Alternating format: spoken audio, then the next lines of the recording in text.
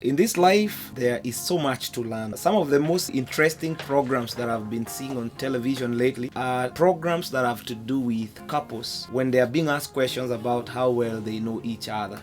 And it's amazing how people assume or purport to know their partners. When certain questions are asked, it just exposes people to how little they know of each other. You ask questions that probably you are not anticipating, you are not prepared for, and so you get it wrong. It doesn't matter how long you have stayed with your spouse, you will find that there is always something you do not know about them. And that's how strangely God has created us. Other than now knowing people, probably you've been in school. You will hear people talking about how they finished schooling. But there is no subject that you can learn too well until you do not need to increase your knowledge in it. In fact, when you look in Introspect, any subject that you know, you will find that in that field, there's something much more to know. I want to just challenge you and say, we've been called by a God who is so vast. The life He wants you to experience in Him is so great. And yet I see people that are content in having very little knowledge about Him and the power that He wants to release in their lives. An interesting story is found in Ezekiel chapter 47. It's quite interesting because this prophet is led into a place of measuring some waters that were coming from the temple.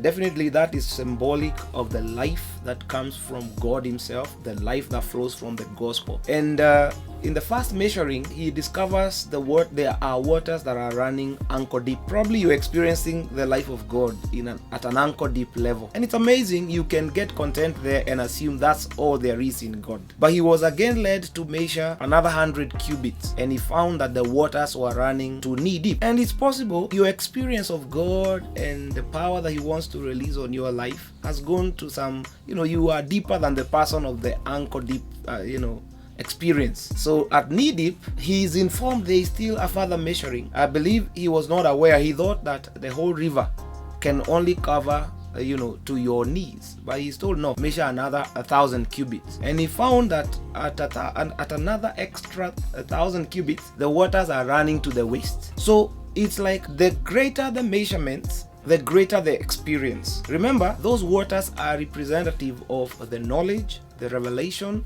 the presence, and the power of God Himself. It's possible you have even thought that this thing of knowing God is boring, but I want to tell you it's because you're not making efforts. There is always some mileage to cover. And the story doesn't end at waist deep. He was told to measure again another 1,000 cubits. And when he measured, to his surprise, he found himself in a river that was so deep you couldn't even walk, you had to swim. And I want to challenge you, friend, and tell you that's where God has called us, where it's the knowledge, the revelation of God that carries you and dictates the course of your life. Many of us are living a life that is so safe. We live in the predictable. We like what is common and what we can probably fathom with our own minds. But the Lord has called us into the deep rivers where the river of God carries you. The knowledge of God, the power of God is what carries you and dictates what kind of a life you will live.